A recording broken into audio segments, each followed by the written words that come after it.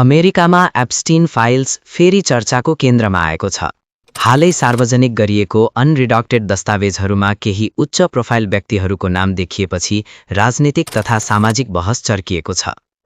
यी फाइलहरू विवादास्पद फाइनान्सर जेफ्री एप्स्टीनसँग सम्बन्धित छन्, जसलाई नाबालिग बालिकाहरूको यौन शोषण र प्रभावशाली व्यक्तिहरूसँगको नेटवर्क सञ्चालन गरेको आरोप लागेको थियो।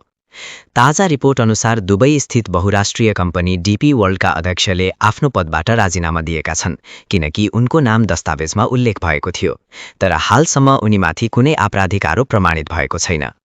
यसैगरी अमेरिकी लगानी ब्याङ्क गोल्डम्यान सैक्सकी एक वरिष्ठ कानुनी अधिकारीले पनि एप्स्टीनसँगको पुरानो सम्बन्ध सार्वजनिक भएपछि पद छाडेकी छन्।